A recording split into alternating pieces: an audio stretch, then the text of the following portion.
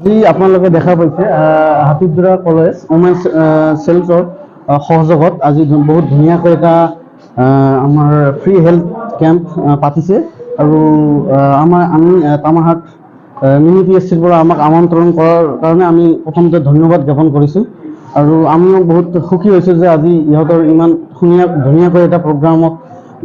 অংশগ্ৰহণ কৰি আৰু লগতে আমি ইয়াৰ এই কলেজৰ ষ্টুডেণ্টখিনিক যিমানখিনি পাৰোঁ আমি অলপ হিমোগ্লোবিন টেষ্টে হওক বা আমাৰ যিটো ৰেণ্ডম ব্লাড চুগাৰে হওক আৰু তাৰ লগতে যিখিনি বেছিক হাইট ৱেইট লগতে আৰু যিমানখিনি অলপ মানে বেছিক কিছুমান কমিউনিকেবল ডিজিজ আছে এইখিনি চিকিৎসা দিবলৈ পাই আমি বহুত সুখী অনুভৱ হৈছোঁ আৰু তাৰ লগতে আমি স্বাস্থ্য সম্বন্ধীয় কিছুমান আমাৰ ধৰক প্ৰিভেণ্টিভ মেজাৰ থাকে মানে কিছুমান নন কমিউনিকেবল ডিজিজে হওক বা কিছুমান বেমাৰ মানে আমি হোৱাৰ আগত কেনেকৈ হোৱাৰ পৰা আমি বাচিম সেইখিনি অলপ সজাগতা ষ্টুডেণ্টখিনিৰ মাজত অলপ কৰি বহুত আনন্দিত অনুভৱ। আমি নতুন যি আমাৰ হাতীধৰা কলেজৰ যি নতুন শিক্ষাবৰ্ষ 2023-24 নতুন শিক্ষাবৰ্ষ আৰম্ভ হোৱাৰ পৰাই আমি আমাৰ কলেজত থকা যি ওমেন্স চেল গোটৰ পৰা ভাবি আছিলোঁ যে আমি ছোৱালীসমূহৰ মাজত কেনেকৈ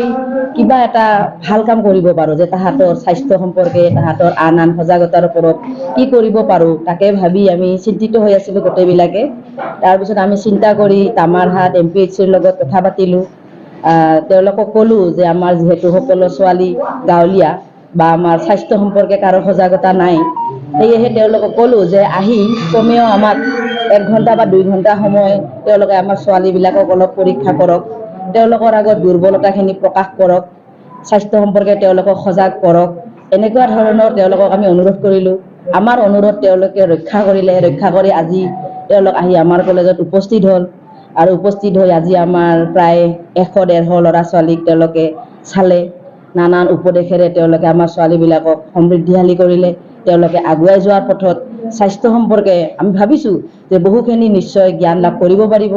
বা তেওঁলোকৰ বেমাৰৰ পৰাও বহুতখিনি যিখিনি উপকাৰিতা সেইখিনিও লাভ কৰিব।